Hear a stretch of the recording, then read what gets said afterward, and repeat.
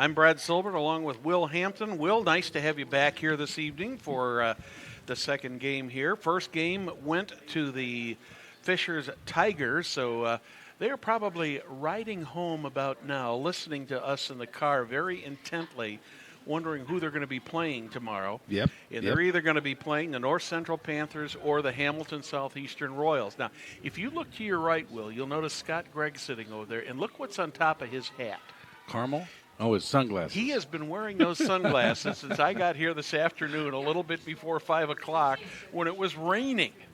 And you know Scott, he's Mr. Positive. But anyways, on to the business at hand here. First game, Hannah Mays, just another amazing performance on the in the circle for the Fishers Tigers. And the big difference tonight was there wasn't a 6 or 7 run first inning, but the Tigers just kind of chipped away at the Millers all during the game. And I'm not going to say they dominate them, but every time the Millers would get any kind of a threat, and with the exception of one inning, Hannah Mays never faced more than 4 batters. Well, Hannah is probably, if they go on and win this thing, I mean, I'm sure one of these two teams will have a say in that, and they will tomorrow in the championship game. But Hannah, if you're looking at a tournament MVP type performance, that's where she is dialed into right now. Oh, definitely. Because she is just putting them up, knocking them all down. And real quick before we go anymore, a big congratulations to the Noblesville Miller seniors. I mean, they really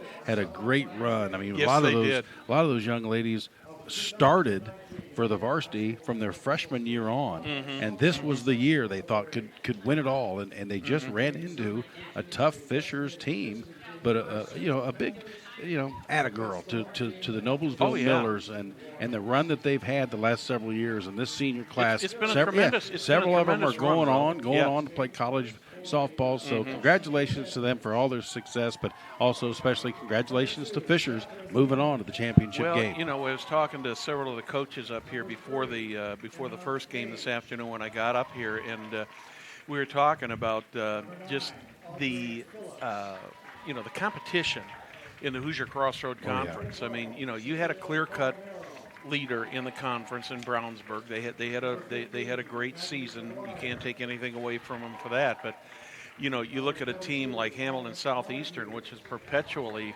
been a good team. They're 3-4 in the conference this year. A lot of people would look at that and say, "Boy, this has really been an off year for them." But then you look at the competition within this conference, and they're just beating up on each other. Yeah. They're just absolutely beating up on each other, and you're getting much the same thing in the MIC, although I don't think the MIC has been quite as strong this year. But the Panthers come in here tonight at 5-19. They were 7th in the MIC. Royals come in here 13-9, tied for 5th in the HCC. But both of these teams have got some very, very good batters on the team. And unfortunately for the Panthers, a couple of their star players are sitting on the bench injured. So that's going to make it a little rough for them. They've missed Molly Powers all year long. She got hurt in some sort of off-season, I think it was like sledding or a snowboard or something, some sort of injury, and they just took her out for the year. And she's a senior, so that's tough news, tough break for North Central not to have Molly all year. And then Sophia Colmenero, am I saying it right? I believe that's correct, yeah. She's a speedster. I saw her last year when North Central played Noblesville, when my daughter was playing for the Millers, and Sophia can flat out run. There's colleges looking at her too, and it was sad to see her not get to play this year either with her injuries. And they've also had a coaching change in the middle of this season. So North Central's been through a lot this year. It's a softball program that continues to try to build and grow. But they're going to run into a storied program with David Cook and HSC tonight. David, of course, one of the best coaches, if not the best, in the area. He is really, really good and a lot of success. His resume is long and colorful, isn't it? You talk about Colmenero, though, Will. Just look at the 3 big stats for her. Batting, .446. On base percentage, .825. Wow. Slugging percentage, 1.27. Well, I got those backwards. I'm sorry. The slugging percentage is 825, and the on-base percentage is 1.271. And to have that bat out of the out of the game, I mean, that makes for a very, very, an extremely tough season. Yeah, it does, and that's where the other young ladies have to step up and find a way and get through it. And they've had some time to play without her, and they're just trying to get it together. I know Carly Page real well. She's their shortstop. She's a senior that plays for North Central. She's played in the Shockwaves program for several years under Coach Mike Ramsey. Mm-hmm. She's a good player. She can hit the ball. She's a good fielder, good range. And so they've got some pieces. Yes. They do. They really do. And it's a program that you kind of hate to see that they're seniors. They've got, I think, 4 seniors. 2 of them are the injured, or one of them, the injured player. And then, of course, Carly's one of them, along with there's also Megan Maher and Ruthie Snyder that are also seniors for this North Central team. Yeah. Well, let's switch over to the Royal Blue here and talk a little bit about the Hamilton Southeastern Royals. They've been pretty solid all season, but they've been, by HCC standards, they've probably been average. But if you want to look at state standards and standards in softball overall, another good season for the Royals, coming in here at 13-9. Now their pitcher, Jayla Gilliam, she spent a little bit of time on the bench earlier this season with some arm trouble and missed about 4 or 5 games for the Royals, and finally came back and has not been quite as effective for them as she was in the beginning of the season. But she's still, I think, a little bit in the healing process, and in that she finally did a couple complete games here recently. But she was on a very strict pitch count there for a while. Well, the starting pitcher is Gilliam. The catcher is Olivia Capano. You may want to say these. Capuano. Emma Chase is at first base. Caitlin Winsek is at second. Jordan Rager, real good player, playing shortstop. Libby Ratliff is at third. And then the outfield is Abby Taylor. She's in left. Lillian Liner in center. And Ava Aguilar. Yeah. She is in right. So that's their defensive alignment as they get to take on North Central. They're good. Of course, Abby Taylor, if you follow local softball at all, she is a great player, has been a really good player. Once was in the Noblesville system and then moved over to HSC. She's going on to Butler. She's going to play college softball at Butler. Is she in relation to Maddie Taylor? No. Okay. I don't think so. That's a good good question. I should know if that. they were, I would think you probably would have known. I don't think they are, but she's hitting .513 this year. Has 19 stolen bases. She has range to spare out there in left field. She goes to get it about anywhere, and that's one of the neat things that you see a lot now in softball. You think a player like Taylor would be automatically the center fielder, because she's so fast. But what they do a lot of, they like to put some of the speed in left and right because they can then go get those foul balls. Yeah. They have more range, and they can go get a ball up against the foul fence. And so it'll be interesting to see what happens tonight as North Central gets ready to start it with Glass as their leadoff batter. Yeah, well, briefly for pitching-wise for the Royals, Gilliam comes in with a 3.59 ERA, 5.6 record, but she did miss a number of games, 66 innings. And giving up 64 hits, 40 runs, of which 34 earned.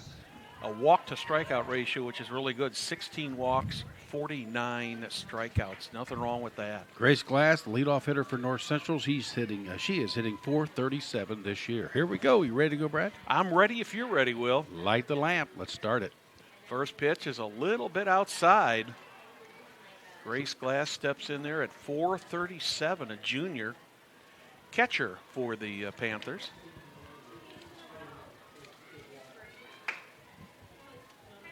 We are underway in game number 2. The 1-0 pitch. That one's fouled back.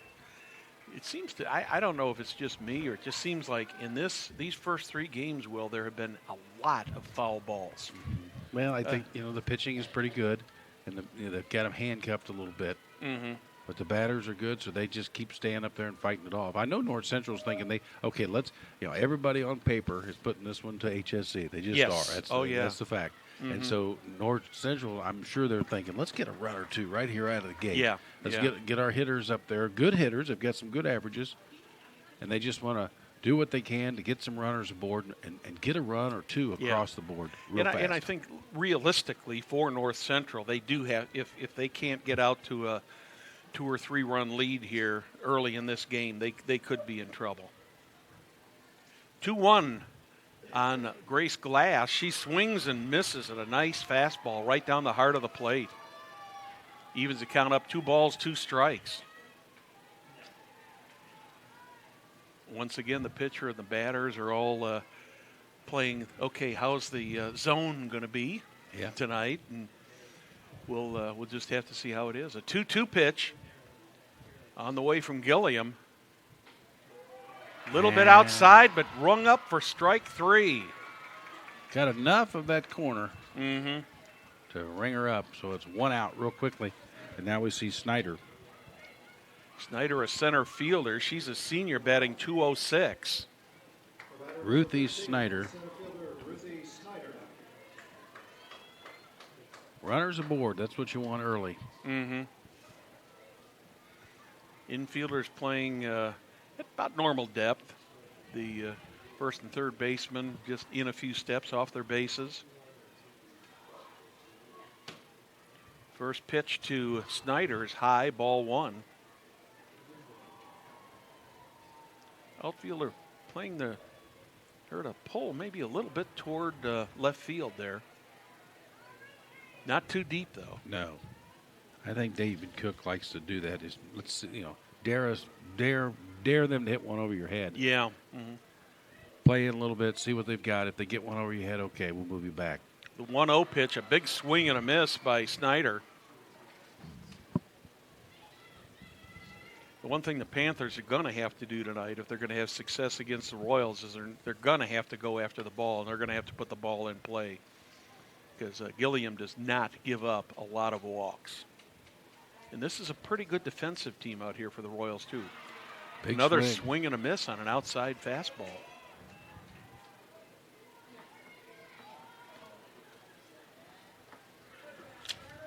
Wind appears to have died down a little bit, Will, but it's 55 degrees out there. A little cooler than it was last night. Well, it's nice to be in the press box. It certainly is. I was out there between games visiting with the crowd, as I saw you were doing before the game, and Snyder goes down swinging for the second out of the inning. And I have got what I would call a light winter jacket on, and it felt like that wind was just about wanting to go right through it. And you look down here in front of us, a lot of very, very heavy coats out there tonight. Yeah, they're tested. They are spring sport fans, and they know you got to bring an extra blanket and an extra coat, or keep that stuff in your car always because you don't know what's going to happen. Left fielder Allie Curlin steps in. I remember when I was a youngster, when I was probably in junior high or high school, I had an occasion where I got to meet Jack Burkhouse. Oh, yeah. The famous voice of the Cubs for so many years, and listened to him give a little talk, and he was talking about the history, and he was also talking about working at Wrigley Field. And he said, my car looks like a used coat shop. He said, I carry everything from heavy winter coats to windbreakers all year long there because with Wrigley Field being right on the lake there, it could be 85 degrees out by O'Hare Field and 65 on the lake. And that wind could get very, very cold in that park. 1-1 to Curlin. Swing and a miss. Another big 1 swing. and 2. They're just missing her. Yep. Curlin's a good hitter. She's hitting .406 this year. If she gets on, she will run. She's got 15 stolen bases, which is a lot for a three hitter.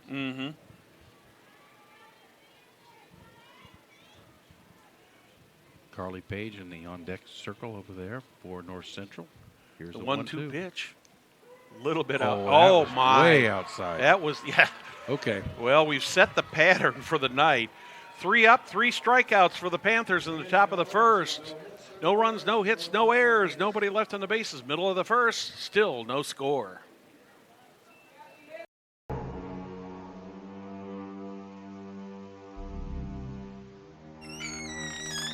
Can I help you? Yeah, I'm looking for Logan Street signs and banners. You found us.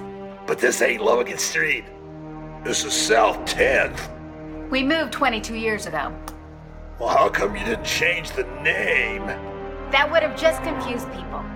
Well, actually, South 10th is Allisonville. If you're from Fishers. Well, before that, it was 37A, and before that, it was State Road 37. So you're telling me that Logan Street Signs and Banners isn't on Logan Street anymore? It's actually on South 10th. That's Allisonville and Fishers. And before that, it was 37A and 37? So you got that straight? Logan Street Signs and Banners conveniently not located on Logan Street, but rather South 10th Street in Noblesville. Exactly. Welcome back to the Cherry Tree Complex. We're a half an inning into this game. No score between the Royals and the Panthers. And Will Tatum-Sickles takes the mound. What have we got on her? Well, she's a freshman, and her ERA is 7.76, so that's a big number. She's 2-7 on the year, 19 appearances. So she has been the one carrying the water so most of the year for North Central. And you know, it's just a freshman. She's just kind of getting her career started, but she's struck out. I don't see the K's there. She struck out 39 this year in 76 innings. Well, That's not too bad. I was looking at this as a team. The Panthers have let's see, I got to find it here. They have struck out 172 batters, but they've also walked 93 batters. So they have as a batting team, they've struck out quite a bit. Yep. Pitching wise, I can't find the thing I'm looking for here. Sorry about that. But while you're looking, Abby Taylor, the batter for HSC, she wears number 11. She's a senior. She's had a great career in high school softball, and as I said earlier, she's moving on to play at Butler. 513, what a batting average. She just has great bat control. She almost always makes contact. Lays it nice down, bunt down the first bunt. base She's side, fast and and safe. she just plain and simple ran that one over. That's almost too easy for her. Yeah. If you're going to play back that far. Well, I thought at first the third baseman Baness might have a play on her, but she just didn't charge that ball quick enough and get it over to Thomas. So the Royals are on the bases with a base hit. Now Ava Aguilar, she's hitting .412, just a sophomore. That one's a little bit low. Ball one. As I said, Taylor with 19 stolen bases on the year, looking for number 20. And it wouldn't surprise me if she takes off pretty quickly in this Let's see where count. Sickles tries to put this pitch. If she's going to try to hit that outside corner. She did hit the corner on a high fastball. Got the skull. 1-1 rather.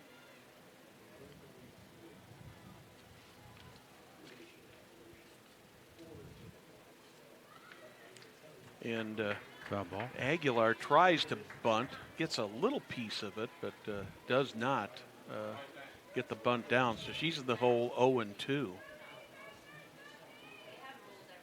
The defense for the Panthers has given up 81 errors. That is a lot. Ground ball to the right of first base, out of play. Yeah, the defensive alignment for North Central get Allie Curlin in left, Ruthie Snyder center, Carolyn Whaley in right. The infield from third to first is it Buness? Bunnis, Rivka Bunnis, Carly Page, Sophia Flores, Diana Thomas, Sickles on the glass. Nice play. They're going to call her out, even though after the play, Allie Curlin out there. She caught the ball, and then I think in the transition she was trying to move it over to her throw. I thought that was going to go to the wall, Will. But a great play there by Allie Curlin to get the first out of the inning. Now Jordan Rager. Rager, one of several members of the Rager family who've gone through this program. She's the last one. Really? I saw her mother the other day, and I said, "What are you going to do without softball?" Well, I think stolen base coming, and Abby Taylor is in there with a stolen base. Number 20 on the year. Yeah, Jordan's she's a senior, but I'm sure she's playing somewhere, and I don't know where. I'm not sure either.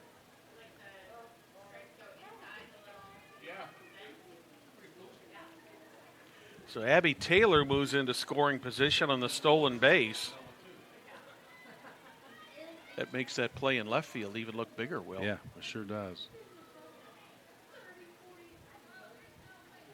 Abby has a real high percentage. I don't know if it's a stat that they keep, but how many times you score when you're on? What's your percentage of scoring when you start the game on base? I bet it's pretty high for Abby. Well, she is you look at her, and she is an ideal leadoff batter. She The will 1-0 pitch, That's a well shot. hit but foul. She will really help Butler. Butler struggled a little bit in the Big East. They haven't been able to push through and make the tournament in the last couple of years, I think. And I think Abby will come in there and get a chance. I mean, it's tough. It's a tough jump from high school to Division I softball. But you're right. The way she plays and her speed and the things she brings, she'll be a real asset right away. That one's a little bit outside. 3-1 is the count now on the shortstop, Jordan Rager. Sickles has got a little bit of a problem here with one runner on and one out in scoring position. There's another. Rager gets around on that one again. Still no score. I think it'll be interesting to see here, Will, is with the left-handed batters up there, this home plate umpire was definitely well off the plate on outside pitches. But let's see how he goes on inside pitches on the right-hand batter here. 3-2.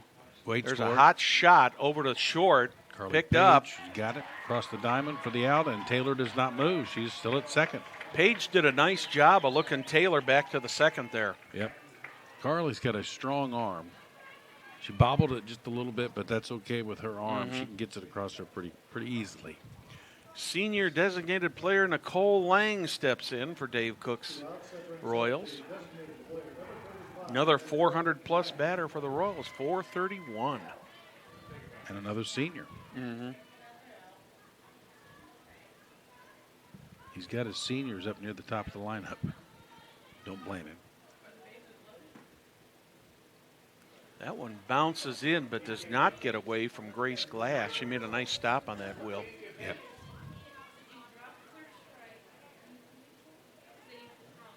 Two outs. There's one ball. One on in scoring position. Abby Taylor been out there since leading off. There's a little nubber that's going to end up going foul.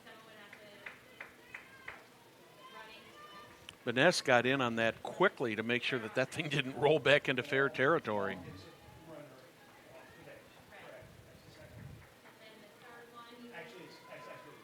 Of course, with the dirt field or the brick dust field, the way they smooth this thing out, the ball generally is a little more true than it is on the grass at times.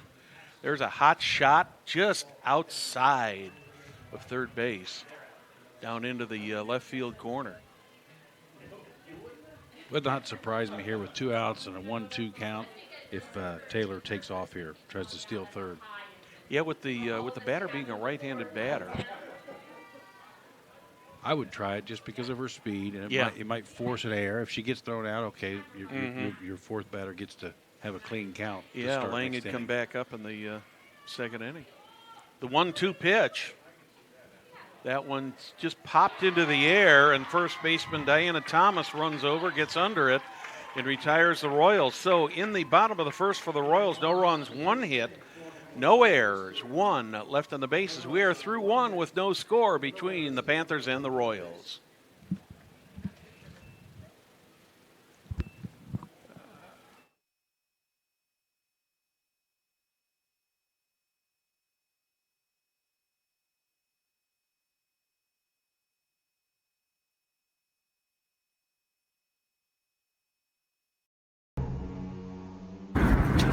Cherry Tree Complex here on the campus of Cherry Tree Elementary School in Noblesville. No, we're in Carmel.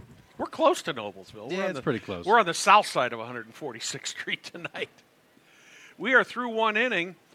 No score here between the Royals and the Panthers. Both teams had, the Panthers went 3 up, 3 down on 3 strikeouts. The Royals had an opportunity with no outs and Abby Taylor on second base and could not take advantage of that. Now Carly Page hitting .353 this year, the starting shortstop for North Central. A senior gets a chance to take a good look at Gilliam. Well, the one thing, unfortunately, for the Panthers that they don't have, they've got 3 batters above 300, but they haven't really got a lot else to fill in there for them.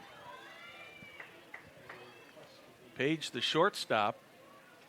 Jayla Gilliam out there working her second inning. Swing and a miss. Wow. Nice fastball to start off the inning. North Central, the batters, they really go after it. There's nobody trying to bunt or slow it down. They're just rip it. Well, I think the one thing, if they've done their scouting well, they know that Gilliam is going to throw them strikes. She walks very few batters, so they're going to have to, to get on base, they're going to have to hit the ball. That was outside. High and outside. Carly's dad, Steve Page, is one of the great all-time guys you'll ever know. You know Steve? No, I do Oh, not. he's the biggest fan there is. He's a shockwave. Every time you see him, no matter where you are, he'll say, shockwaves.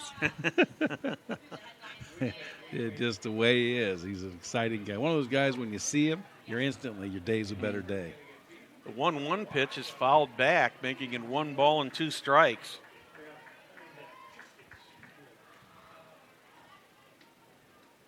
Yeah, unfortunately, I don't, I've met some of the parents of the players, but, not having school-age kids anymore, I'm not, but I understand exactly what you mean. I remember when mine were both in school, that's how we met, especially when we first moved here. Met a lot of people through the sports. High pop-up. First baseman chases under it, makes the play. It seems like the parent, relationships and friendships, a lot of that really is built in the travel ball season. Yes, it is. That really is when you have a little more time, and you go on road trips together, and you get to know each other, and you like each other. Most of them you like. Well, my son played some AAU basketball late in his elementary and middle school career, and that was one of the sources where we got to know a lot of the people. The same thing with baseball. He played some travel baseball, and a lot of people that I still see on a regular basis are back from that almost going back almost 30 years now. Those are fun years. The travel ball is really, really neat, but really there's nothing like competing in the IHSAA tournament and having a chance to win a state championship. That is still really the special honor. That's the ring you want. You want to win the state championship. As a broadcaster, for people like you and I, it was such an honor for us, back in the late 2000s, to be able to do some of the championship games and that. So it's just a great experience. As I was arriving here tonight at the game, Jim Self, the athletic director, longtime AD there at HSC, I get a chance to talk to him, and he and I were reminiscing about what you and I were reminiscing about the other night, Morgan Mello and that HSC team that was so dominant. Yeah, every time I walk into his office, there's a big picture of Morgan Mello on the wall outside of her outside his offices in her Miss Baseball or Miss Softball uniform. Yep. Count is even at 2 balls, 2 strikes on Megan Mayer. She's a designated player tonight for the Panthers. Yeah, Jim Self, Greg Habeger sitting down there in the front row, and I see soon-to-be retired Principal Charlie Hoover down there too. Swing and a miss. 4th strikeout already for Jayla Gilliam. Yeah, she is doing well. They just are struggling. She's got a couple good pitches, and they just seem to be struggling with whatever she's throwing up there. Well, 2 of those strikeouts were called, and they were balls that were, I think you would agree with me, well off the plate. Yeah. And I think, after coming up to the 6th batter here in the 2nd inning, the players have already seen that the home plate umpire, especially on the outside corner of the plate, is going to be wide. So they're aware of what they're up against now. And Thomas takes a nice cut at it. Yeah, she took a good cut at that, but that also was one of those balls that, depending on what that umpire's zone is, now with the guy who's behind the plate now, she probably would have been called for a strike on that, even though it looked like it was possibly a little bit outside. Yeah, and as long as he remains consistent, which I'm sure he will, Yep. you stay up there, you know you have to come up swinging. Yep. You have to be prepared. You might crowd the plate a little bit, too, if you're a lefty. But that's exactly why Thomas swung at that first pitch. 0-1 on the first baseman. Little high, evens the count up, 1 ball, 1 strike. Royals in their dark blue uniforms. The Panthers in the white tops, black pants. Yeah, the HSC, the blue on blue. Blue The top. royal blue. Yep. 1-1 pitch from Gilliam. That one's a little too far outside, maybe a little low. Yeah, that would have been, if he would have. I think we called would have that a heard an strike. eruption from Yeah, our I think left. so too. Yeah. Steve Page would have got really upset. I don't know if he ever gets upset. 2-1 on Deanna Thomas. Big swing again. Rising fastball. She just got under that one. They just can't really catch up to it. It's not overpowering. It's not real fast, but they're just it's well placed. Like you said, she throws strikes. She gets everything around the plate. Well, Gilliam, when she is on, is much like Hannah Mays is for the Tigers. A nice variety of pitches. Nothing really overwhelming, but good pitch placement. The 2-2 pitch. A little bit too far outside on that one. And that was one I think he called that Yeah. a strike in the first inning. At least one of the pitches. Yeah, that was a good at least 6 or 8 inches off the plate. Yeah. So now it's a full count. Still no score here in the second inning. I think Gilliam wanted the call on that, and that frustrated her a little because she got that call twice in the first inning. Full count, 2 outs, nobody on. Top of the second. Another foul ball.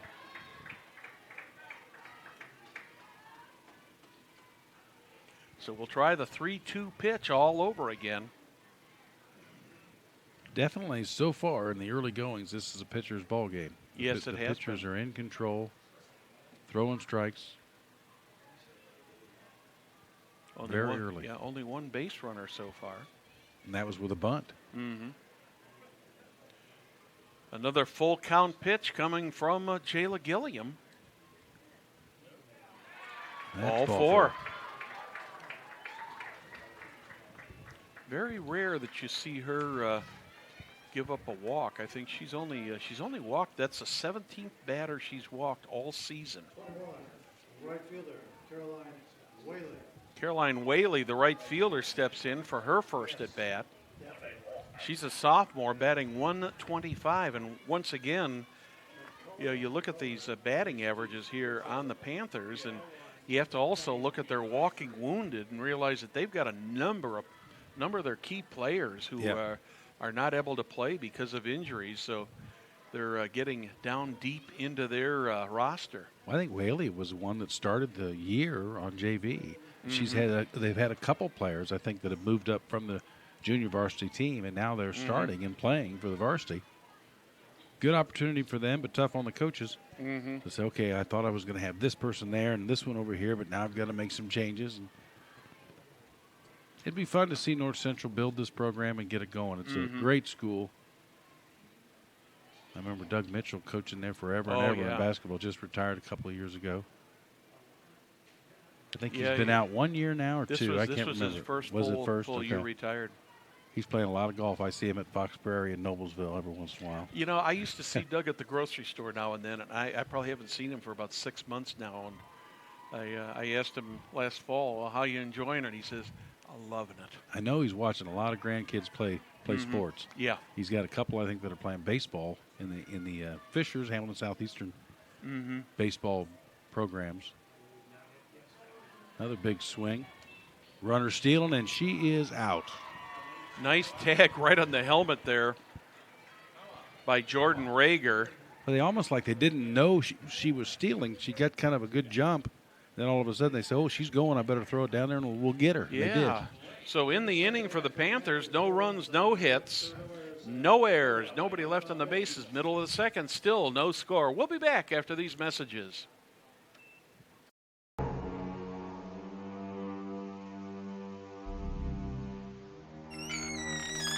Can I help you? Yeah, I'm looking for Logan Street signs and banners. You found us. But this ain't Logan Street. This is South 10th. We moved 22 years ago. Well, how come you didn't change the name? That would have just confused people. Well, actually, South 10th is Allisonville. If you're from Fishers.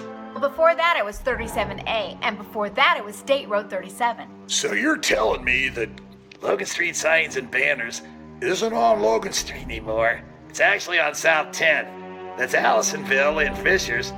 And before that it was 37A and 37? So you got that straight? Logan Street signs and banners conveniently not located on Logan Street, but rather South 10th Street in Noblesville. Exactly. Now, there was the guy I tried to get. Hiram? Yeah, I was trying to get Hiram to come out and help us with the game, but he was just a little bit too busy running around in his old 55 Cadillac. Yeah. His convertible. Yep. No less. I know that one commercial, it seems like he'd figure out by now that he can't get a hamburger at the trophy shop. We're moving into the bottom of the second. Still no score here from the Cherry Tree Complex. Sectional 8 softball, the Royals and the Panthers. There's a ground ball just outside of third base. Liner. What a great name. That's an all softball name right there, you know. Lillian Liner. I like that for Best a softball football player. game, best football name I ever heard. We had a defensive guy called Joe Bonebreak. Oh, yeah. That's a good name. That was a good one. Only thing you needed was Bone Breaker Yeah. instead of Bone Break. But Lillian Liner's right up there with one of the great names. No score here in the bottom of the second. I imagine a lot of that 370 batting average is on line drives. I would think so. High and outside, evens the count, 1 ball, 1 strike. Liner, a junior, playing center field for Dave Cook.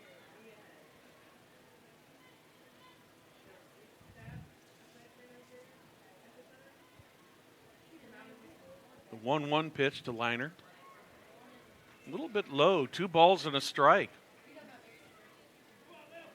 Very slow-paced kind of game. There doesn't seem to be a lot of energy really from either team. They're just sort of kind of waiting for somebody to jump.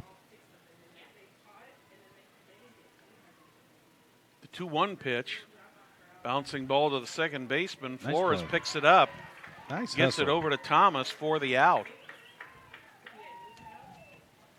Sophia Flores flips it to Thomas, and there's the out. I think that is the largest first baseman's mitt I've ever seen in my life. Yes, that is. Look at the size You of know, that you know what glove. that almost looks like? It almost looks like a hockey goalie mitt. Yeah. You could go fishing with that thing and catch fish. A lot of truth to that. Kalen Winsick, second baseman, steps in. High fly ball deep to center field, but Ruthie Snyder is under it and makes the play. 1 pitch to Winsick, and she is retired. And with every out that I think the North Central records, the confidence grows. Yes. They feel good. They're making plays. And a nice play there by Sophia at second, Flores. And then right there, just a routine fly ball. But those are the kind of plays you have to make. Early in a game, do not make the errors. We saw it last night in the Westfield game. Westfield-Noblesville. Westfield just really had trouble. They shot themselves in the foot. five literally. errors right out of the gate. Olivia Capuano steps in, takes the first pitch, called strike 1. Capuano.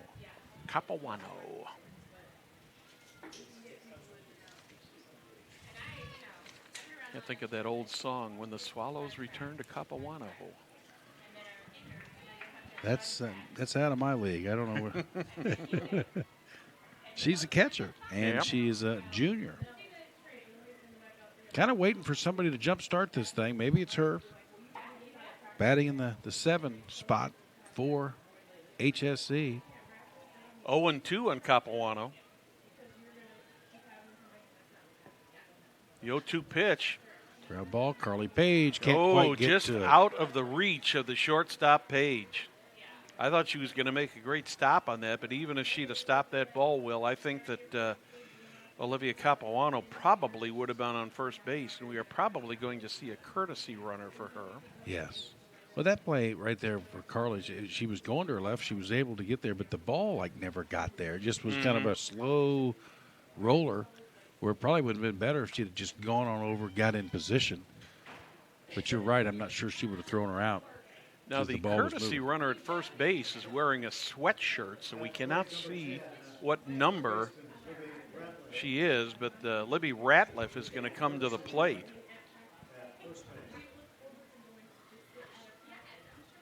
Swing and a miss by Ratliff on the first pitch, 0-1. Scott, who's running?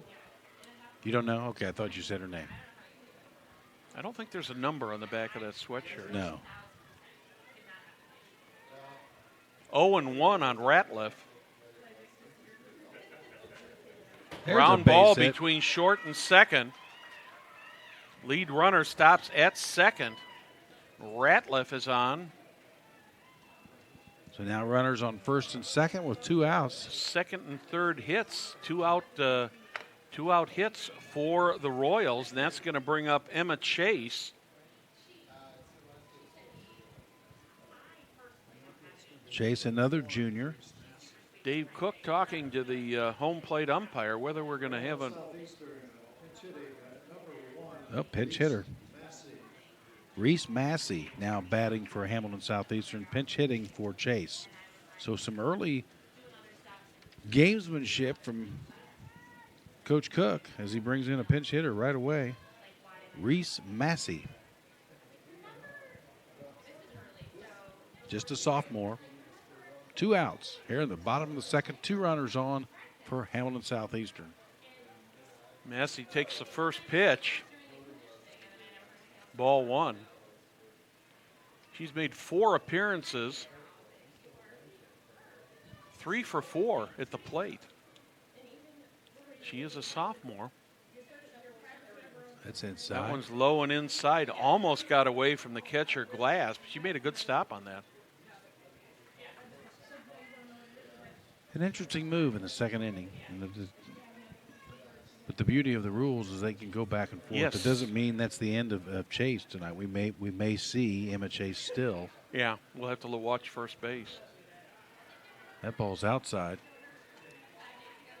3-0 on the pinch hitter Reese Massey. The last thing that Sickles wants to do here is walk the bases loaded with Abby Taylor coming up. And that's going to be called strike 1. Yep. 3 balls and a strike on the pinch hitter Reese Massey. You give her the green light here, 3-1, with Taylor coming up. I would, if it's good, I would say yeah, but Big swing, swing yes. and a miss. And the runners are advancing on the pass ball. Was not fouled. Sometimes you think maybe that's a foul tip. You have to almost wait to see what the call is, but So both runners move. They're now both in scoring position. Full count. Massey's up there with a full count. Chance to pick up a couple runs here. She can get a single here. Ooh, Good just job. fouled that back to stay alive. Very nice piece of hitting right there to foul that off. I mean, you could tell she did not want to swing at it, didn't like it, but she didn't want it to be called a strike. Yeah, so she just I think fouled that it off. definitely would have been called a strike where that ball was placed, Will. It was a good pitch by Sickles. So we'll do the 3-2 pitch all over again here in the bottom of the second with 2 outs.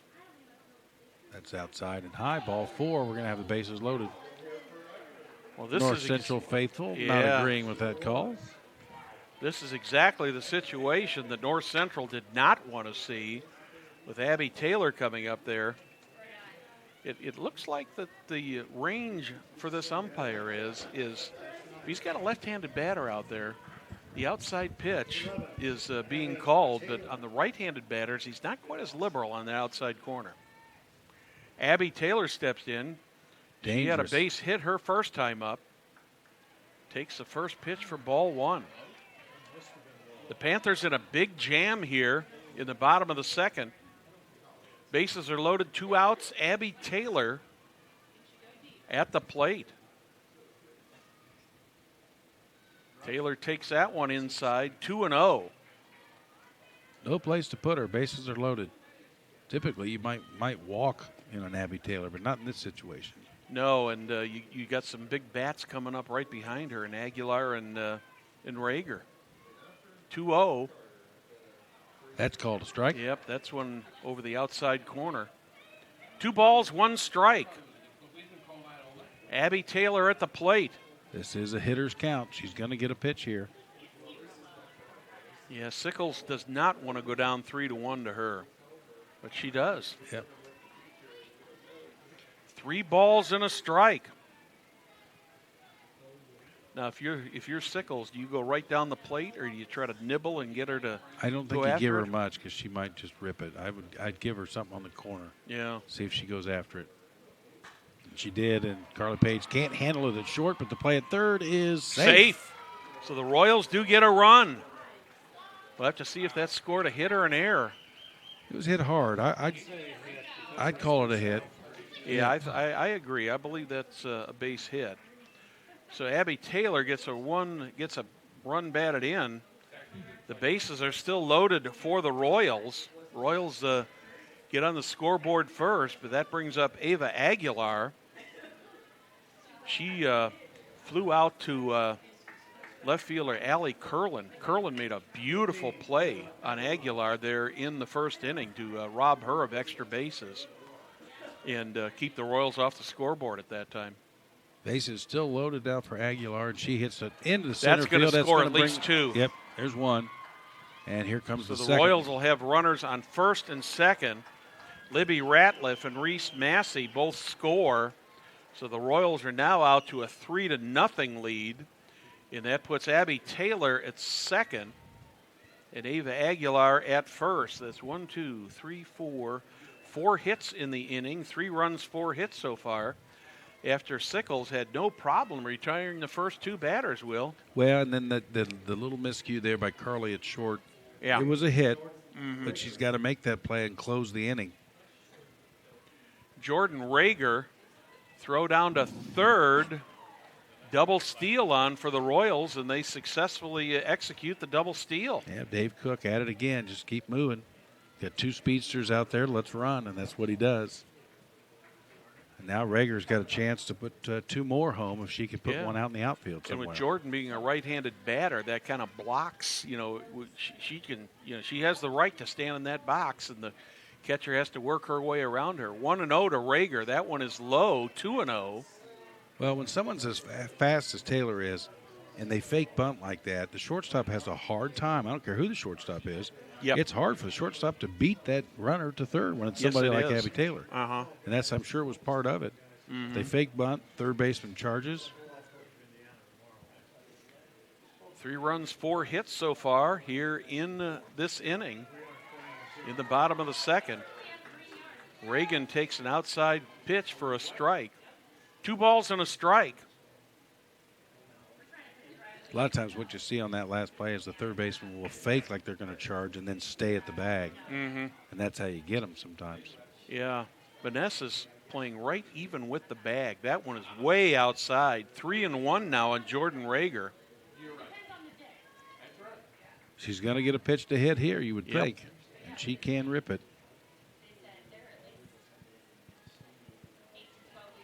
HSC up now 3-0 in the bottom of the second. That's inside. Ball 4. Jordan Rager on board for the first time tonight. Second walk of the inning for the Royals. In the 9th batter of the inning, the designated player Nicole Lang steps in. Yep, another senior. Another good hitter. Bases loaded. They can break it open big time right here. If she can get one in the gap. They're giving her a lot of space in right center, Will. A little bit high, ball 1. Lillian Liner on deck. Tatum just struggling a little bit here, not finding the strike zone. And HSC makes you pay. If you throw it in there, they're going to hit it. They're going to put it in play somewhere. That's high again. 2 balls and a strike. Tatum a little frustrated out there, and I don't blame her. Looks like there is some action down there in the North Central bullpen. Cannot see who it is from here, but somebody is warming up down there. Emma Gage. Thank you, Scott. That one bounces in. 3-0 now on Jordan Rager, or rather on Nicole Lang. Jordan Rager is on first base. So Emma Gage is in the bullpen. She's a sophomore warming up for North Central. Bases loaded, no place to put her. 3-0 count. There's a strike. That's good to see her come back and throw that strike right there. Yeah. I think Lang had the take signal all the way on that. I don't think I don't think she ever took the bat off of her shoulder. She's a good enough hitter, they might say. Yeah. If it is in absolutely your sweet spot, you can go. But I don't think she did. That time she hit it high and should be caught in right hit field. Out into right field. Little bit of hesitation there by Whaley, but she does make the play. So in the bottom of the second for the Royals, there's 3 runs on 3 hits, no errors, 3 runners left on base. At the end of 2, Royals 3, Panthers nothing.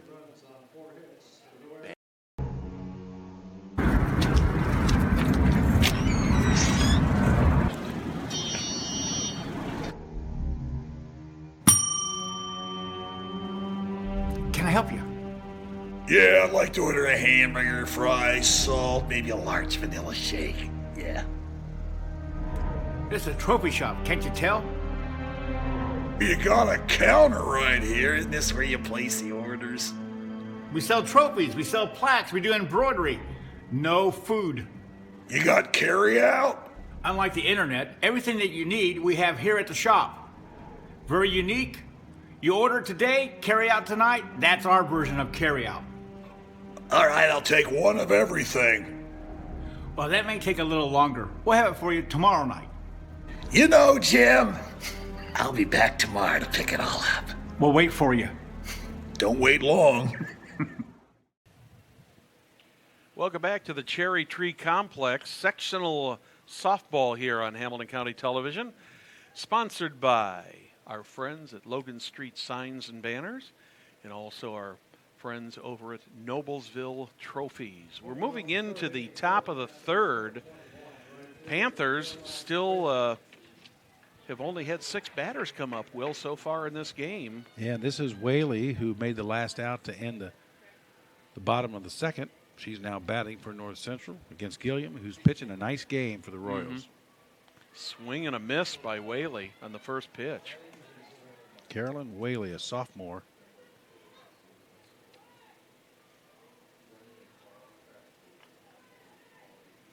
Let's see if Gilliam can kind of get into a groove here, Will, and see what happens with the Panthers with them being down 3-0. If they're going to maybe be a little anxious trying to get back into this thing and maybe swing at some things that they normally wouldn't swing at. The 0-1 pitch, swing and a miss. Well, you know, if I'm them, I know it's early. It's only third inning, but you start thinking small ball a little bit. You know, just put some in play. Yeah. Get it on the Make contact. Get it on the dirt and see if they can make plays. Now, we know HSC is awful good and they can make most of the plays. But right now, they just aren't catching up to Gilliam's pitches. She's got him handcuffed a little bit right now, throwing a The no-hitter. 0-2 pitch, way outside.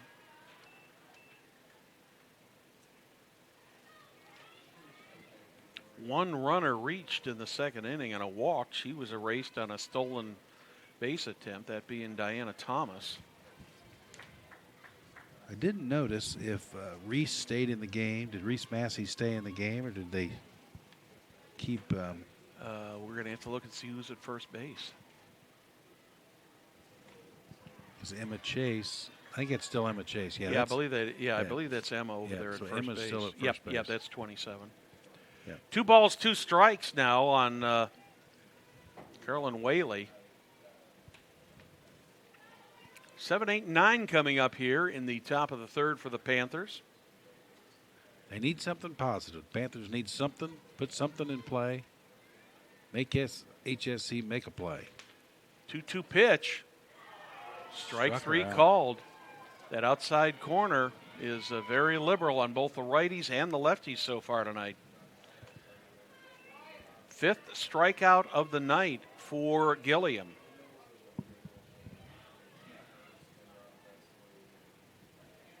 Three of those have been looking. Third baseman, Rivka All 3 of them have been on very wide pitches, Will. Yep, Rivka Benes is now batting for North Central. She's another youngster, just a sophomore. North Central trying to get a base run. That's inside. Just inside, man. She just managed to jump out of the way of that in the last minute. That's where they yell, "We got ice." I don't blame her. I wouldn't want to get hit by a pitch ever. I got plenty of ice water tonight, but I don't think we need a lot of ice up here, do we? No, we don't. Maybe for your throat. Yeah. Oh, Swing big and a swing again. miss. 1-1. Bunnis coming in, batting .269 on the season, just a sophomore.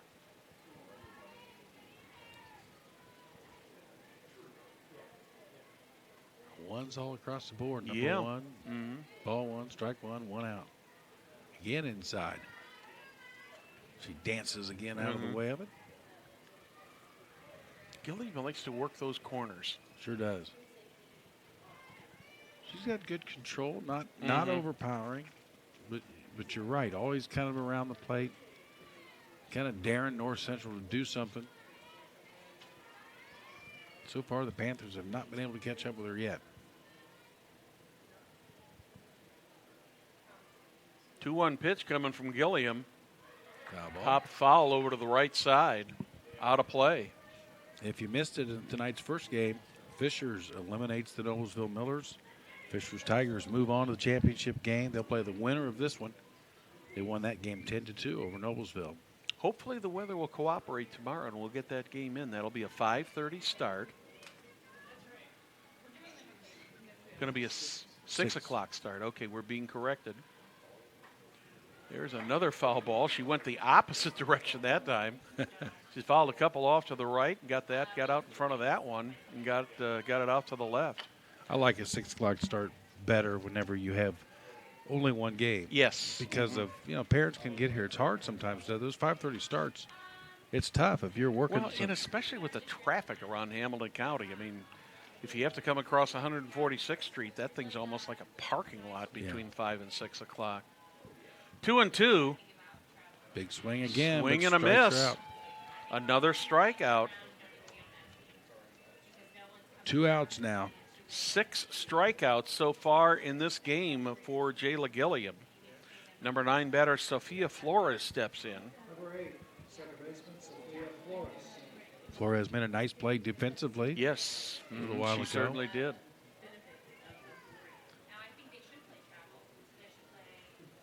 That's another thing I always enjoy about the sectionals and regionals. You always see good softball. Yep. Strike one is called on Flores. Well, that's the beauty. Like we were talking last night, the beautiful thing about this is it's a tournament. It doesn't matter what you did in the regular season. Yep. You get a shot and you get Second a chance. season, Yep. exactly. You get a chance to move on and keep playing.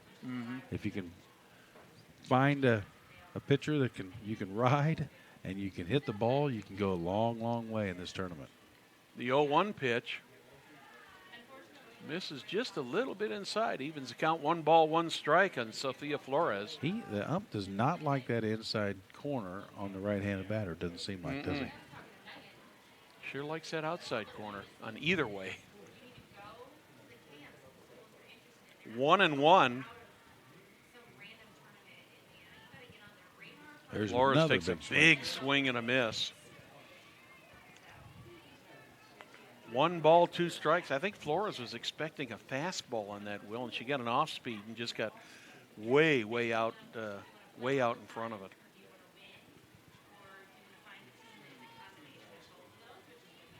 1 ball, 2 strikes, 2 outs to Flores. Ooh, a little bit low. Evens the count, 2 balls, 2 strikes. Both Can sides. hear the chant of the Yeah. fans out there. Pick a strike zone, any strike zone, right? Mm-hmm.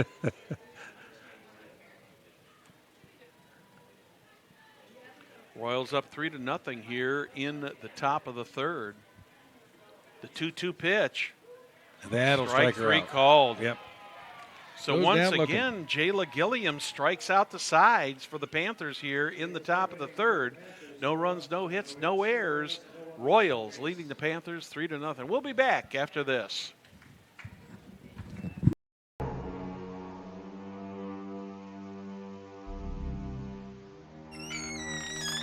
Can I help you? Yeah, I'm looking for Logan Street signs and banners. You found us. But this ain't Logan Street. This is South 10th. We moved 22 years ago. Well, how come you didn't change the name? That would have just confused people. Well, actually, South 10th is Allisonville. If you're from Fishers.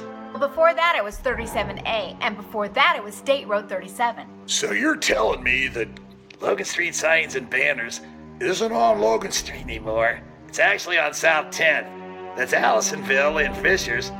And before that, it was 37A and 37? So you got that straight? Logan Street signs and banners conveniently not located on Logan Street, but rather South 10th Street in Noblesville. Exactly. Section 8 softball from the Cherry Tree Complex in Carmel. It's the Hamilton Southeastern Royals and the Noble. I got the NO right. You did. North Central Panthers. I was going to say the Noblesville Panthers. Yeah, I give you I'd a be lot in of big credit. trouble, wouldn't I? I give you a lot of credit. It's tough to know each of these teams and to be able to scout when you're sitting up here calling all the games that you do. I just kind of jump in for a cup of coffee. You're doing it all the time. Good job. We're having a good time doing Harry it. Williams is going to be back tomorrow night, right?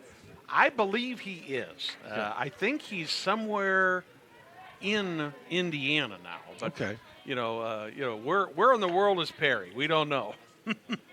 He's probably watching or listening to this somewhere. Yeah, I bet he is. Royals sent 9 to the plate last inning. Would like to do the same this time, but the Panthers would like to stop him here and keep him at a 3-0 deficit. Lillian Liner takes the first one for a called strike 1. I think Tatum is doing a nice job tonight for North Central. In the circle. There's one right back up the through gut. the middle. Yep, that was just a good base hit. Tatum she almost got a glove on that thing. Almost did. But true to her name, Lillian Liner with a line. Yep, right back she up got the her. middle. That's going to bring up Kaylin Winsick. Flew out to center field in the second inning. Second inning, Sickles retired the first 2 batters easily, and then it took 7 more till she was able to retire the sides. First pitch is a called strike on Winsick, 0-1. This is where North Central just, stem the tide, get an out, collect an out here. Do not let it be a big inning. Way high and outside. Glass was thinking about throwing down to first, but Liner had a lead, but she's not getting a real big lead over there. 1-1 count. There's a Hot shot almost. off the glove of the third baseman, Bunnis. Ball was fair all the way. And the Royals are in business here with the first 2 batters reaching here in the bottom of the third. Runners on first and second, no outs. And Olivia Capuano, the catcher, steps up. Both those balls hit hard. One Yes. up the middle, one down the third base line. So they're catching up a little bit now to Tatum. And Capuano can do it again. She can hit the ball hard, as hard too. as those balls were hit, Will, the fielders just didn't have time to don't have time to react to them. No. In that particular case, that ball that was hit by Winsick, it just barely hit the glove of Beness. Probably lucky that the runners are not on second and third. Big swing and a miss by Capuano. Evens the count, 1 ball, 1 strike.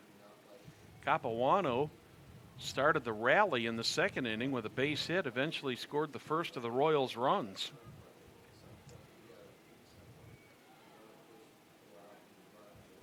One pitch. High. 2 balls and a strike.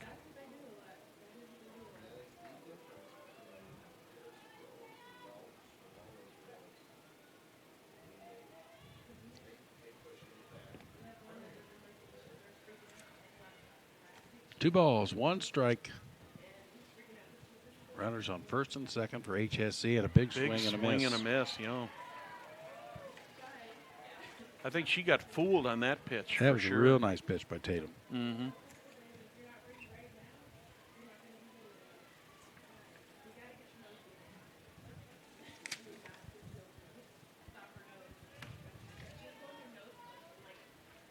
2-2. Popped up. There's a little room there. Will there be a play on that? No. It's way back. Out of the field. First it looked like it was hanging up, but then it just kept floating out. Mm-hmm. I've always admired the catchers who can get that mask off in a hurry, and they know where the ball is. They instantly know by instinct which way to turn and go get it. 2-2 on Olivia Capuano. 2 runners on, no outs. That one's fouled just outside of the third baseline. Good battle here between Capuano and Sickles, Will. Yeah, Sickles is doing a good job. Capuano as well. Win the battle. Somebody's going to win it, the pitcher or the batter. 2-2 count now. Hard to believe it's just 2-2. She's just fouled off several. Yeah. Mm-hmm. 7 hits, 3 runs so far for Hamilton Southeastern. No runs, no hits for North Central. And that's another one back That's up the going to middle. go up the middle. That might score 1. No, it does not. I think what happened on that play is Lillian Liner, really, she kind of had to hesitate. Both runners had to hesitate there to see whether Ruthie Snyder was going to have a play on that ball, whether she was going to be able to make a fantastic catch on it or it was going to bounce in front of her, and it did end up bouncing in front of her. But 3 hits for the first 3 batters for the Royals. Now Coach Gina Dabbs is out here to talk to her team and the bases loaded. And I would assume that we will probably get a courtesy runner for Capuano if we haven't already. Yeah, we have. I don't think that's her over first. I don't see who that is. I can't see who the number is on that one, Will.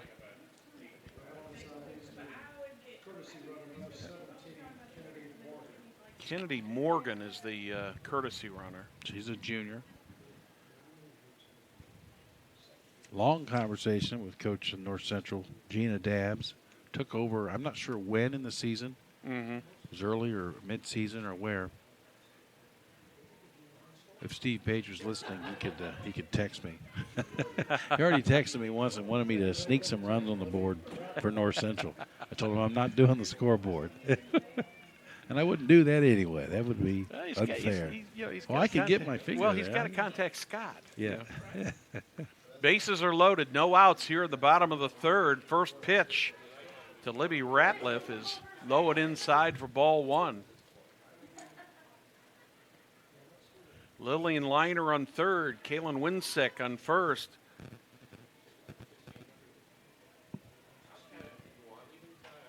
Another hard shot. That is a fair That ball. is a fair ball. That's Called going to it score fair. 2 runs.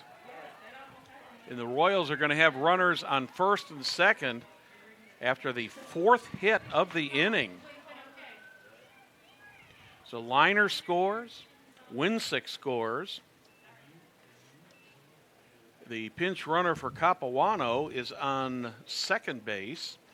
And Libby Ratliff is on third, or rather first. And the Royals have jumped out to a 5-0 lead here in the bottom of the third.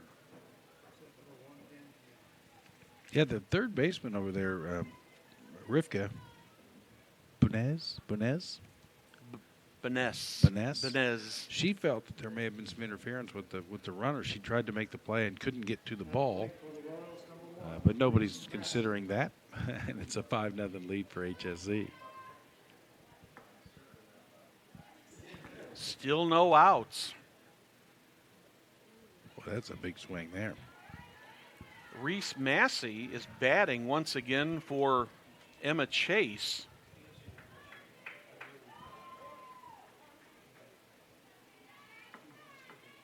But Chase was out there at first base.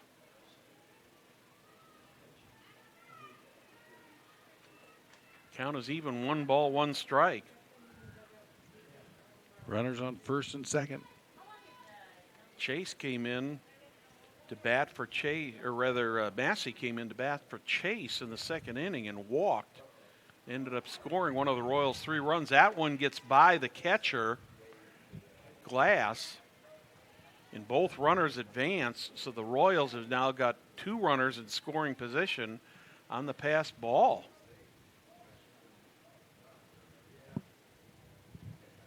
Four singles have resulted in 2 runs so far here in the bottom of the third. Tatum delivers, and it's a strike. Strike three Strike call. three call. Nice pitch. Right where he's been calling that all night long. I'm impressed with Tatum Sickles. I think she is doing a really good Yes. job. She's a freshman, and she is dialed in pretty good. They've got some timely hits in this inning, and they've stretched their lead out to 5-0. Runners now on second and third. Abby Taylor up for her third at bat. Catcher Glass thought about throwing down to third, but did not. It's a good decision not to throw it down there. Abby Taylor again. Morgan just wasn't way off the base. Taylor takes a second pitch for strike 1, evens up the count, 1 ball, 1 strike.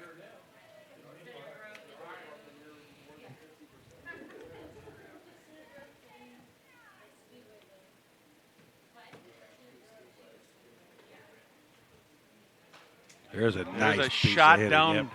That'll the score third 1 run. baseline, scores 1 run. Abby takes and the on the extra base. play, good heads up running by Abby Taylor. I'll credit her with a single and give her second base on the throw, but she does get an RBI as Kennedy Morgan comes in to score for the Royals, and that is run number 6 for the Royals. Third run of the inning, only 1 out here in the third inning, and already the 7th batter of the inning coming up for the Royals. Aguilar coming up now. Taylor, nice piece of hitting, good hands, good vision. Just placed it out in left field and drove home a run for the Royals. Ava's 1 for 2 so far. Hot shot right off the first baseman's hands, and that's going to score 2 runs. And that was almost self-defense on the part of Deanna Thomas on that, Will, that she, all she could do is try to protect herself, and that ball was hit so hard and right at her. I hope she's okay. She looks like she is. She looks like she's fine. And Aguilar ends up all the way over on second base because, again, lots of speed. The ball caromed off of the first baseman, and she moves all the way to second base. 6th hit, 5th run of the inning. This was the inning that North Central feared, an inning where they're not necessarily, they're not going deep. They're just chipping away, base hit here, base hit there. I think they've landed a softball in every part of the field Yes. in this inning and just getting their runs, putting the runs on the board, 5 of them so far in this inning. There's another Round one. a slow roller. Can they get over? Can they beat the runner? Yep. Yes. Nice play by Deanna Thomas. Yeah. She goes and gets it with that big mitt and brings it back and gets the out, the first of the inning. 2 outs now. So on that play, Ava Aguilar advances to third. That's going to bring up Nicole Lang. She is the 9th batter of the inning. She was the 9th batter of the second inning and flew out to right field for the 3rd out of the inning. Hot shot right between the shortstop and the third baseman, and the Royals have got another run. That's 6 runs this inning on 7 hits. The Royals have batted around, Will. Yeah. And again, nothing spectacular really, but just a lot of opportunity, just chipping away, Yeah. knocking it in all fields, and just scoring runs one after another. Lillian Liner, who started this inning off with a base hit, it seems like about 20 minutes ago now. 2 outs and 1 on. Liner takes the first pitch high and outside for ball 1. Royals have batted around both in the second and third inning, have a 9-0 lead.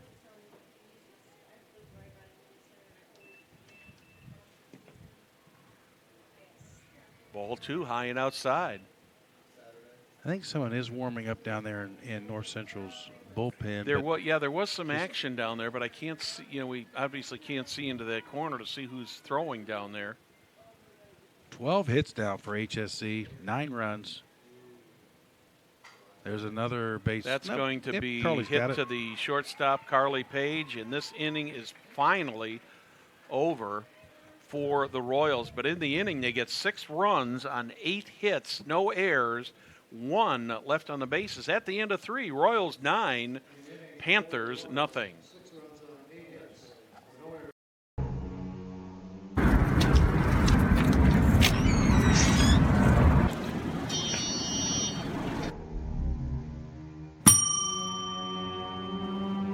Can I help you? Yeah, I'd like to order a hamburger, fries, salt, maybe a large vanilla shake. Yeah. This is a trophy shop, can't you tell? You got a counter right here. Isn't this where you place the orders? We sell trophies, we sell plaques, we do embroidery. No food. You got carry out? Unlike the internet, everything that you need we have here at the shop. Very unique. You order today, carry out tonight. That's our version of carry out. All right, I'll take one of everything. Well, that may take a little longer. We'll have it for you tomorrow night. You know, Jim, I'll be back tomorrow to pick it all up. We'll wait for you. Don't wait long. Welcome back to the Cherry Tree Complex here in Carmel. Second round action here. IHSAA sectional number 8 girls softball. Hamilton Southeastern Royals out to a 9-0 lead here at Carmel. 2 big innings for the Royals. 3 runs in the second inning, 6 runs in the third inning, and Will, it's been quite a performance here so far by the Royals in these last 2 innings. Well, Jayla Gilliam continues to throw perfect game. Not a perfect game, but I don't think it's perfect. Has anybody been on base? They had 1, but she was Okay. erased by a steal. So it's still no hits. Exactly. She has just pitched to Jim. And again, not overpowering, just around the corners, getting some calls, kind of forcing North Central to do something. And so far they have not been able to cash in, have not been able to just make something happen. They need something, anything to happen for them right now is what North Central needs. Well, the Panthers are back to the top of their order here in the top of the 4th. Grace Glass leading off for them, 1-0 on her. Second pitch misses also again. 2 balls, no strikes. Still time for the Panthers to get back into this, Will, but what they cannot afford to do here in the 4th inning is not get on the board here and let the Royals come up at the bottom of the 4th and score 1 more run and go to the 5th, and this game could be over. Could be over early. Grace Glass is, 437 hitter coming into this game. Just a junior. Lead off. Don't see a lot of catchers as lead off.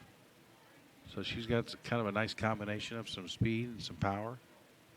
Kind of a slap hitter, left-handed batter. That's one thing I've noticed. A lot of those hitters, the left-handed batters that do the slapping, see how her hands are separated? Mm-hmm. That always kind of, I know when I was a kid growing up, they always taught you, you want your hands working together. You want your hands connected. You don't want them to be spread apart. But with these left-handed hitters for softball, you see a lot of them, they feel like they get more control, more back control by spreading those hands out a little bit. And so she's got a good inch, maybe 2 between the 2 hands. Back control, that's what it's all about. Sometimes you just got to put it in play, get on base. Gilliam has worked it to a 3-2 count now on Grace Glass. Only one runner so far for the Panthers, and she was a race trying to steal in the second inning. We're in the top of the fourth.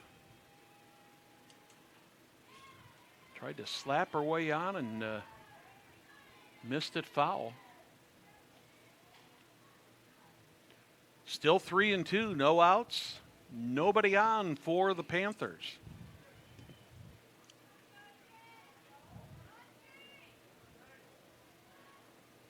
Dave Cook coming out to ask a question here. I'm not sure what he's asking about. I don't know if he's trying to say she bunted and it should have been a third strike out if it was a bunt attempt. Well, it was. Yeah. I thought it was kind of halfway between a slap and a bunt. And Oh, they're going to call her out. They're calling her out. They're calling her out.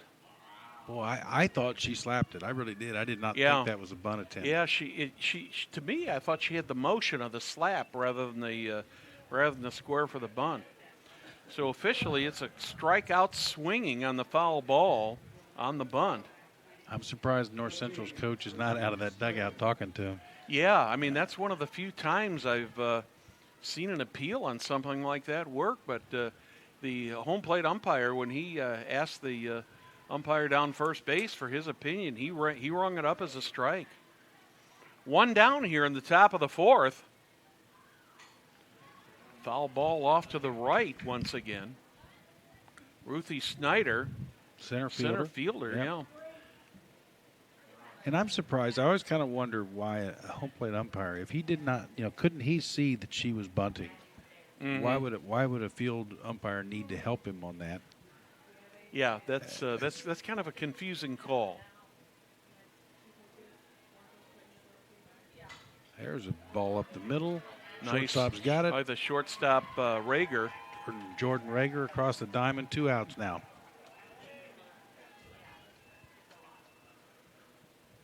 North Central just needs something positive. They need something to happen their way. Mm-hmm. Allie Curlin now batting. She's 406. Junior outfielder. Left fielder, I believe, for the North Central Panthers. Yep. That is only the second out of this game by a fielder for the Royals. Wow. All of the others have come on strikeouts and then a caught stealing. Curlin steps back in. She was rung up on strikes in the first inning.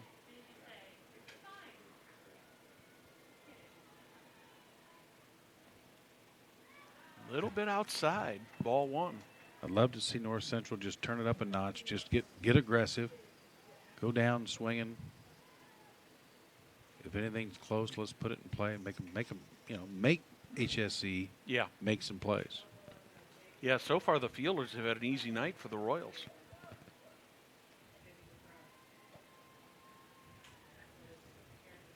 The 1-0 count from Gilliam. He calls that a strike. Outside, but called it a strike. He does like that. He likes Yeah. that pitch right out there. Oh, my instinct is saying there's a ball outside, and then I'm having you sit there and say, well, it's outside, but it's called a strike. 1-1. But he's called it all night. Yes, been consistent. Yeah, he has. There it is again, and that time must have been high. Yeah, maybe? a little bit high. I wish I could say that I've kind of stopped questioning the umpires, but I don't. I still do. Well, I still think, you've hit the key to the thing on the head. If they're consistent, that's that's important. Yeah, most people can handle that. There's one way outside. Called that a strike. Wow. Okay. Evens the count up. 2 balls, 2 strikes, 2 outs, nobody on. We are in the top of the fourth. Royals ahead of the Panthers, 9-0. The winner of this game will be playing the Fishers Tigers right back here in about 20 hours and 30 minutes to be exact. The 2-2 pitch. Fouled back.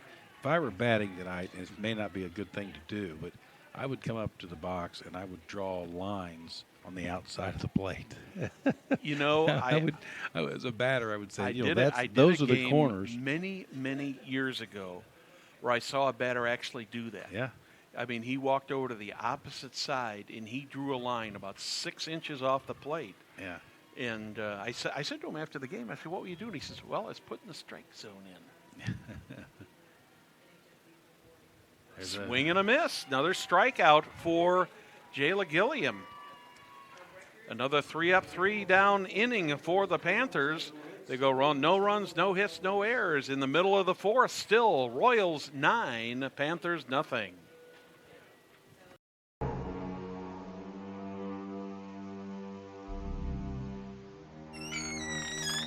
Can I help you? Yeah, I'm looking for Logan Street signs and banners. You found us. But this ain't Logan Street. This is South 10th. We moved 22 years ago. Well, how come you didn't change the name? That would have just confused people. Well, actually, South 10th is Allisonville. If you're from Fishers. Well, before that it was 37A, and before that it was State Road 37. So you're telling me that Logan Street signs and banners isn't on Logan Street anymore. It's actually on South 10th. That's Allisonville and Fishers. And before that, it was 37A and 37? So you got that straight? Logan Street signs and banners conveniently not located on Logan Street, but rather South 10th Street in Noblesville. Exactly. I'm Brad Silbert along with Will Hampton here at the Cherry Tree Complex in Carmel. I'd like to extend a special thank you to Jim Inskeep and all the athletic staff here at Carmel High School. They always do such a marvelous job on putting these tournaments on, whether it's softball, baseball, basketball, football. Always a pleasure for us to come over here and work at Carmel. Yep, thank you for all the hospitality and just the grounds crew, the people that get this thing together. The field, they had some rain this last week, and the field looks perfect. Well, it was raining when I was driving over here this afternoon, and things finally are pretty well dried up. We need about a month of dry weather, don't we? Mm-hmm. I'm wasting a lot of money on gasoline on There's my a mower. nice base hit, foul ball. Runs that one just outside of the foul ball line. She'd have easily had a double there. Definitely catching up to Tatum the last 2 innings. And they just have her timed, and she's doing a nice job. But Hamilton Southeastern, they come to this game with a lot of good hitters, all up and down the lineup. They've got the depth, and unfortunately for the Panthers, they just don't have the depth with all the injuries that they've been up against this season. Yeah, give them a lot of credit, because when you have a couple top players like they did, and they lose 2 of their top players, Molly Powers and Colomanero early in the year, and makes for a tough long season. Nice play. Oh my! That had double written all over it until Rivka Vaness just put her arm out there to her left and made a tremendous catch. That's what third basemen are supposed to do. They're right there, and they're supposed to react. A quick reaction, quick flex. Once again, the Royals putting the bat on the ball. Will. Yeah, that was a rip, but nice play down there by Vaness. And Dave Cook making some kind of change, bringing in a pinch hitter.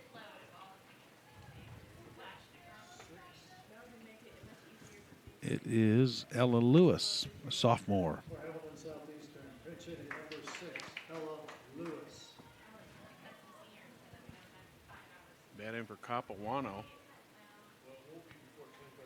Good opportunity, good to get some people some time and get them some playing time in the sectionals. First pitch to Lewis is inside, ball 1.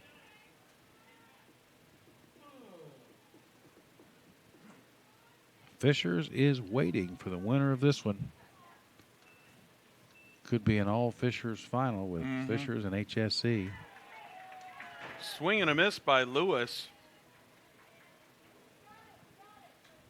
Always an interesting time when the Tigers and the Royals get together. I bet it is.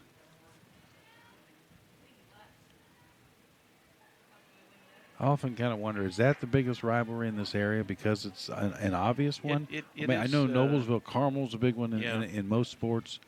Well, I think what really makes it such a rivalry is it's one city with two schools. Yeah, it's got to be. Yeah. Swing and a miss by Lewis. She's in the hole 1 and 2. What I love about a community school district like Hamilton Southeastern having the two high schools, it's just the opportunity. You know, there's Yeah. two whole teams. Two teams are getting to play ball. There's two softball teams. There's two baseball teams. There's two football teams, and there's a lot of opportunity for a lot of kids in the Fishers area to get to play high school sports. I like that. Full count on Ella Lewis. Pinch hitting for second baseman Kalen Winsek. Swing and a miss. Lewis goes down on strikes. Yeah, there was I lived in Fishers for 30 years now, and there was a lot of mixed emotions when it came time as the district was growing. I think it was inevitable, just the way the Fishers area was growing, that someday there was going to have to be a second high school there. But I think for some people it came a little quicker. For others, it didn't come quick enough. But it's a good rivalry, and it's a good friendly rivalry. The community gets together, and it's a lot of fun. And I know there's talk that there may be a third, perhaps a Catholic high school over in that area too, down the road. Maybe at St. John Vianney. I know there's some talk there. I don't know where that is in the process. Count is even at 1 ball, 1 strike on third baseman Libby Ratliff. She's 2 for 2 tonight. Scored the second run of the night for the Royals in the second inning. The 1-1 pitch. That's good. Well hit to center field, but nice job by Ruthie Snyder had a good eye on that ball, and for the first time tonight, the Royals go 3 up, 3 down. We are through 4 with the Royals over the Panthers 9-0.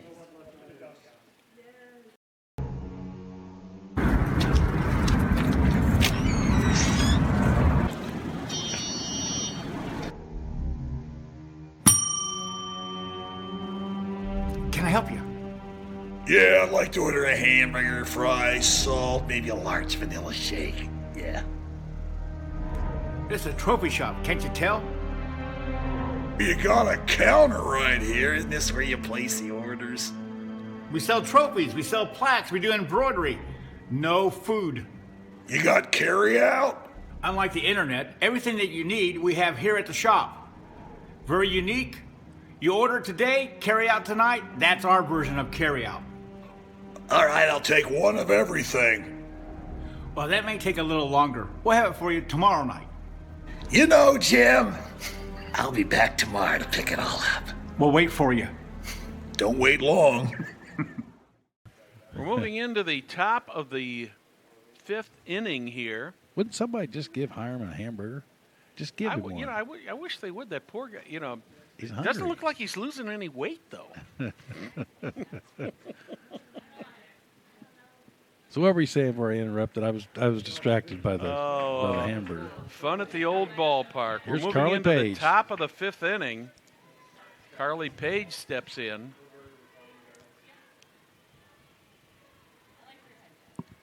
I'd like to see her get a big hit here. Senior year. First pitch to Page is over that outside corner for a called strike. I don't know if there's anything that's going to stop Jayla Gilliam. She has really gotten into a rhythm here, Will. Really dialed in. Mm-hmm. Picking her spots. And the defense, like you said, hasn't had to do a whole lot. The 0-1 pitch is high and outside for ball 1. I see Rich Torres sitting back there behind us. Thanks for his help on game number 1, so you could attend to your family matters this evening. Yep, thank you very much, Rich. He was going to Wally Pitt me, is what he was hoping. 1 ball, 1 strike. Carly Page, the batter for the Panthers. Swing and a miss, strike 2. I do want to say thanks to Jim Wofford and Perry and you and everyone here, Will and everyone, just for the opportunity to step it's in great, here great and do to this. have you here, Yeah, Will. it's fun. It's fun to we may dust have it off every once in a while. We may have to and do- draft you again now. Yeah, and just then. every once in a while. Yeah. Just give me a little notice. And Perry did a good job this time. He gave him a couple weeks, and it was kind of all depending on what was going on with my daughter and her college softball. And they ended up bowing out at Northwestern. 1-2 pitch is fouled off to the right.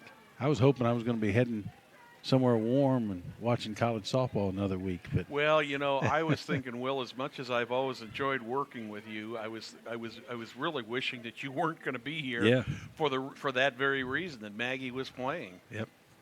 They had a nice year, though. They won the Horizon League. She plays at Detroit Mercy, and they won the Horizon League championship and got into the NCAA tournament. It's a big accomplishment. Yeah. First time they won a conference title in 27 years. That pitch is just a little bit inside. Evens the count, 2 balls, 2 strikes. Mike Davis is the basketball coach up there at Detroit, former IU coach. His son, Antoine Davis, considered one of the best players in the country. I think he was top 3 finalist for Freshman of the Year. I knew Mike had moved on again. Yep. I didn't realize he'd moved up to Detroit. Yep. His son, Antoine, broke Steph Curry's freshman three-point record. So Wow. three-pointer for the season for a freshman year. 2-2 on Carly Page. There's a Hot base hit. shot, Good the job, first Carly. hit of the game for the Panthers. Good to see Carly Page, a senior, in the sectional. Base hit for the Panthers. Second base runner of the night for the Panthers. First hit for him. Carly Page finally breaks the no-hitter here in the top of the 5th. That'll bring up the designated player, Megan Mayer.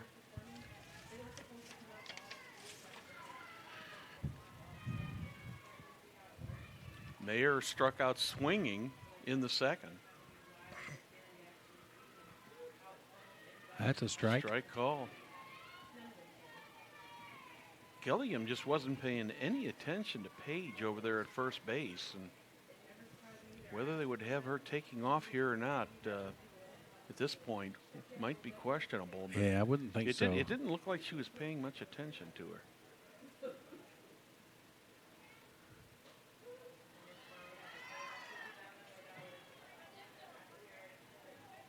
Yeah, but it's tough to take chances like that when you're down 9. You got to kind of rely on your bats and kind of pick away and maybe get 2, 3, 4 hits in a row and string together some base hits and score some runs that way.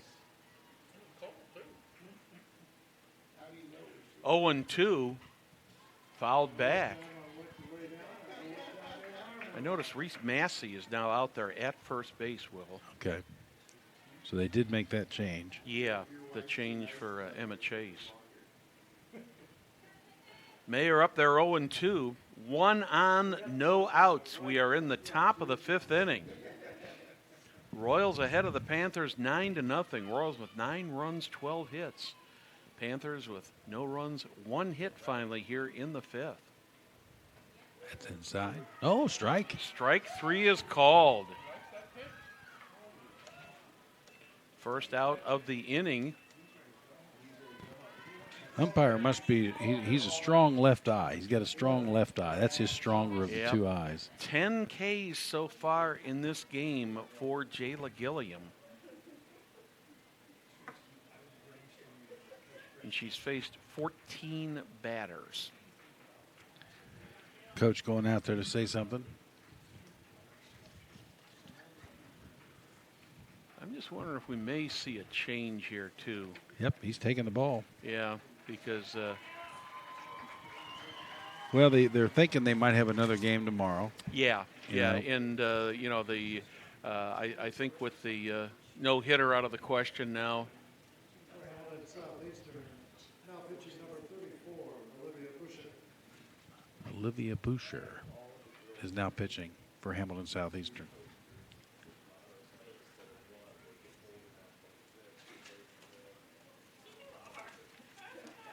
So they just get a chance to see what Olivia can do. Let's check her numbers for the year. ERA is 3.31. She's had 18 appearances, 7-3. So she's had a nice year. 7-3. She's a junior. Let's check out anything else we've got here. She's had 61 innings,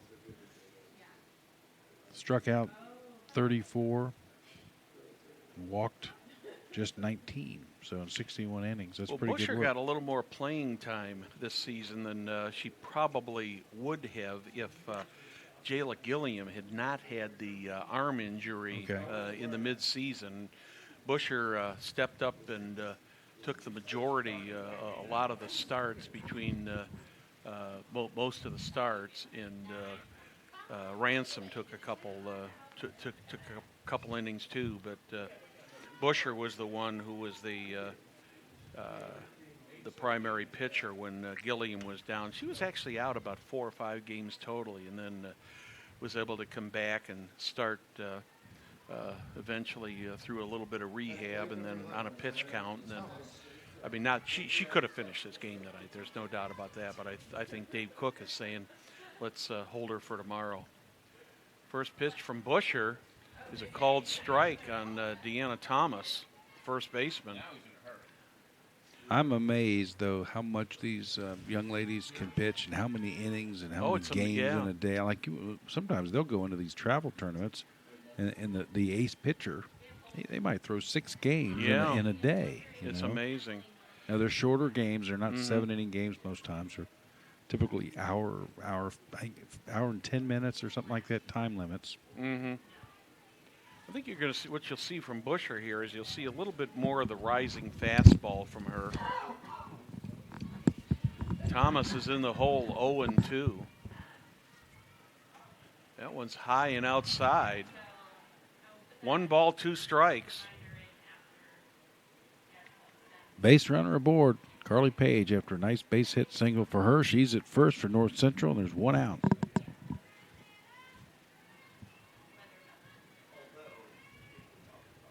1-2 pitch on the way from Busher. Popped up just out of the reach of Capuano. That ball would have gone 10 feet higher. Capuano might have had a chance to get to that will, but as it was, it just drops in there. The count stays at 1-2. Page not taking much of a lead over there at first base. Yeah, I don't think she's much of a threat to steal. Good hitter, good fielder. Outside, 2 balls, 2 strikes. Especially when you're down 9-0. You got to work some more runs. Rager and Winsick both playing deep at shortstop and second. Third and first both playing in, which is a fairly normal setup for softball. 2 balls, 2 strikes. Deanna Thomas, that now she'll go. There goes way Carly. Outside. That ball gets away from Capuano on a wild pitch from Busher. Now North Central with a runner in scoring position. Yep. Page moves into scoring position at second base, and that makes it a full count on Diana Thomas. Base hit here could bring her home. Caroline Whaley is on the on-deck circle.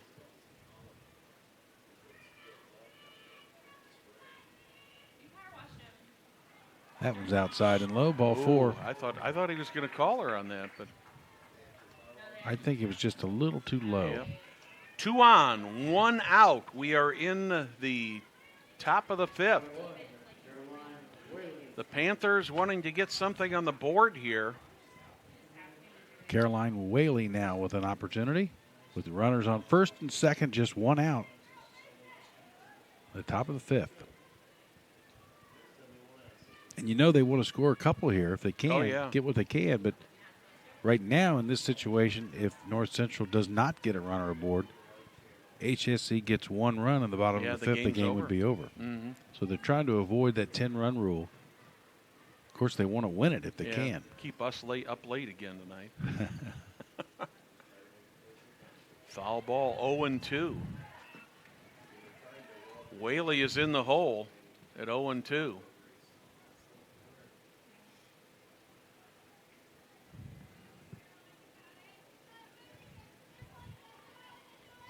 One out, 2 on. Biggest threat of the night so far for the Panthers, Will. Without question. There's Swing and a miss. Swing. Yep. 2 are out. 2 down.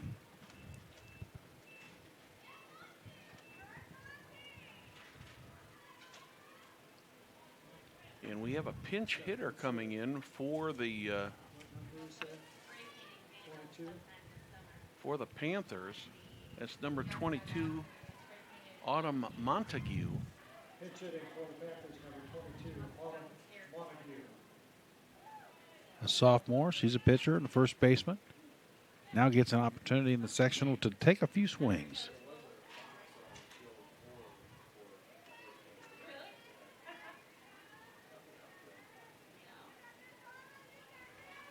Two strikes on Montague. 2 outs, 2 on. Top of the 5th. Did she go or not? No. I'm surprised they didn't appeal that. They are going to appeal. Nope, you were right. I thought she held up in time. Yeah, it looked like she did. 1 and 2, and pinch hitter Autumn Montague. That's down the third base side, just to hit the roof of the dugout. Still 1 and 2. Inside pitch that she was just able to turn on, and Montague can put the bat on the ball and get a hit here. The Panthers ought to get on the board. 1 and 2 outside, 2 and 2. she looks like she has a lot of confidence up there. I don't know how many at-bats she's had this year, but she looks like she knows what she's doing.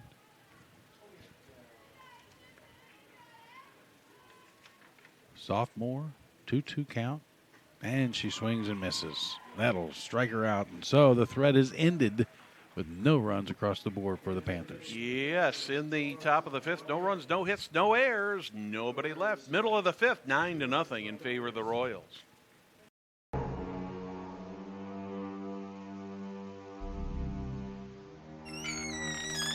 Can I help you? Yeah, I'm looking for Logan Street signs and banners. You found us. But this ain't Logan Street. This is South 10th. We moved 22 years ago. Well, how come you didn't change the name? That would have just confused people. Well, actually, South 10th is Allisonville. If you're from Fishers. Well, before that it was 37A, and before that it was State Road 37. So you're telling me that Logan Street signs and banners isn't on Logan Street anymore. It's actually on South 10th. That's Allisonville and Fishers. And before that, it was 37A and 37? So you got that straight? Logan Street signs and banners conveniently not located on Logan Street, but rather South 10th Street in Noblesville. Exactly. Welcome back to IHSA sectional softball. Hamilton Southeastern Royals out in front of the North Central Panthers 9-0. We're moving into the bottom of the 5th inning, and well, quite simply, the situation is here with a 9-0 lead here in the bottom of the 5th. Any run that the Royals can score, and this game is over, and they're on to the championship game. And they've got Reese, I believe, coming up there now, right? Reese Massey steps in. She took over for Emma Chase after she pinch hit for her in the 2nd inning and drew a walk. Struck out in the 3rd inning and will lead off the 5th inning. Winner of this game gets Fishers tomorrow night here at Cherry Tree Elementary at 6 o'clock. A 6 o'clock start. You ought to come on out if you're watching this tonight. Come on out and cheer on the young ladies in the championship game. 6 o'clock tomorrow night. Or if you can't make it, we'll be right back here tomorrow night at 6. Well, you can bring your phone and do them both. Yeah. Technology is a wonderful thing. I get more people commenting to me in these broadcasts that they're listening and watching on their phones. Well, I was driving home the other night listening to your game. 2 balls, no strikes. Reese Massey at the plate. Hamilton County TV, you guys are just doing a great job. I love what the concept is. I think it's really, really important for our county. The coverage that you guys, it's amazing how it's catching on, Will. Yeah. It's when Jim started this thing a number of years ago, it was just, one broadcast on the internet. Now it's, many times we're affiliated with the IHSAA TV network. on things like Instagram, Roku, Facebook, and all kinds of different social media. And the response from the fans has just been really overwhelming at times. I mean, I did part of the IHSAA basketball tournament, did the regional up at Lapel, and I had friends from my church walk up to me the next Sunday morning and say, "Hey, by the way, we saw you doing that game the other night." And I'm going, "What were you doing watching that?" "Well, I got a cousin who lives in Lapel, or had one on this team." Reese Massey takes ball 4. She is aboard. 11.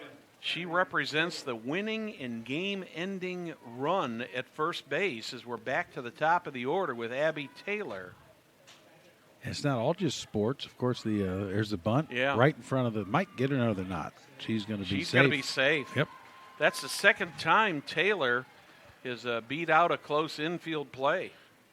Of course, they broadcast live the city council meetings and the county council meetings, and that's a nice service that they do for people who can't get there to those meetings and want to stay in touch and in tune with what's going on in the county. But, Will, I think, both of us know this very well, that without the genius of Rick Vanderweilen about 15, 20 years ago, a lot of this that we're doing, a lot of the high school sports coverage that you're seeing in the state of Indiana probably never would have happened. And Rick definitely one of the guys who was behind an advocate for high school sports in the old days with Hometown Television, Channel 19, the old Comcast days, and later on Hometown Sports in that. Yep. Get to see Rick every now and then. Oh, yeah, I saw him recently. I can't remember where we were. Somewhere. Some political thing, I think. Him and Jan Bozier. And Aguilar now with a chance. A base hit would end this thing right here. Swing and a miss. She's in the hole 0-2. 2 on, no outs. Royals need 1 run to end this game. 1 run to send us home early. I don't know if you call this early. Well, earlier than what it could be. Earlier than last night. Yeah. There's a shot well to hit right ball field. to right field. That one is caught. Runner But will on the tag. play, Emma Chase, or rather Reese Massey, will advance to third. So Ava Aguilar does the job and has the winning run. I was going to say 90 feet. It's not 90 feet. For the first out of the bottom of the 6th. Jordan Rager steps in.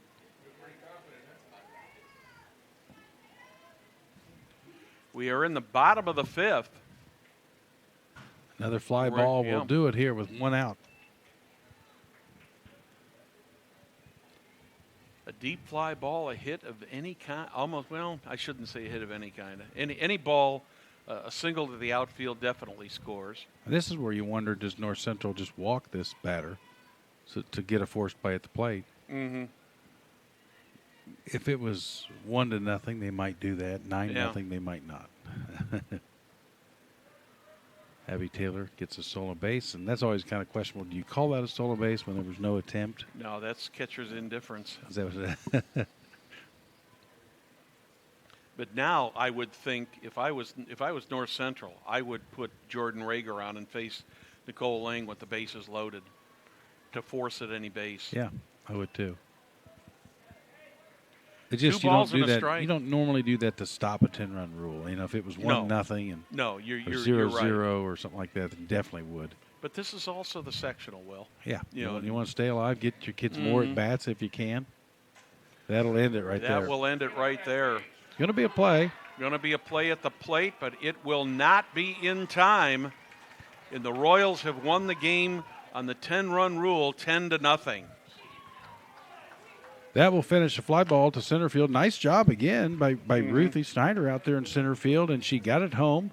It just was a tough assignment to try to catch that and then get the speedster at the plate. It just wasn't going to happen. Well, the first inning and a half of this game, Will, these teams played very, very even. Then the Royals exploded for 9 runs in the 2nd and 3rd inning, and here in the 5th inning finally put the last run across to win this by the 10-run rule. So the Royals will advance to play another day, and they'll play the Fishers Tigers, another another battle for bragging rights in the town of Fishers. Before we go, your final thoughts on this game and looking forward to tomorrow. Well, just a great effort from Jayla Gilliam, the pitcher for Hamilton Southeastern. She one hitter when she left the game, and she just really had North Central handcuffed all night long. And Hamilton Southeastern, Dave Cook's team just chipping away, run here, run there. They of course had the big third inning where they scored 6, and they put it away and they win it 10-0, and that's what they needed to get set for the All Fishers Championship game as Fishers takes on Hamilton Southeastern tomorrow night. And I would imagine. I would imagine that our pitcher will be Hannah Mays, right? I would think no Hannah doubt. Mays will trot out and go for a third win in this tournament. And she has had a great tournament so far. Yeah. Fishers, of course, beat Noblesville earlier tonight to move on. So that's what I'm thinking. I'm the thinking other thing Hannah is Mays that, probably against the pitcher here tonight. Well, in the Royals and the Royals and the Tigers played earlier this year over at Fishers, and Fishers won that in a one-run by one. So it's a rematch in that. Will, thank you very much for being here tonight. Are you back with me tomorrow? I think Perry's back. I'm not sure who's back tomorrow. We'll have to see. Yeah, but I have enjoyed it. Again, thanks to Jim and thanks to the entire team. Thank you. Hey, I think we're looking at a great championship game. I hope people tune in. I hope they get out here and support the two teams. Fishers against Hamilton Southeastern tomorrow night at 6 o'clock for the championship. Well, thanks to everybody here from Carmel, especially our friend Scott Gregg for helping us out with everything here and in that. But we'd like to thank everybody for watching IHSAA Sectional 8 softball on Hamilton County Television, brought to you by Logan Street Signs and Banners and Noblesville Trophies. On behalf of Will Hampton, I'm Brad Silbert. Thank you and good night from Cherry Tree.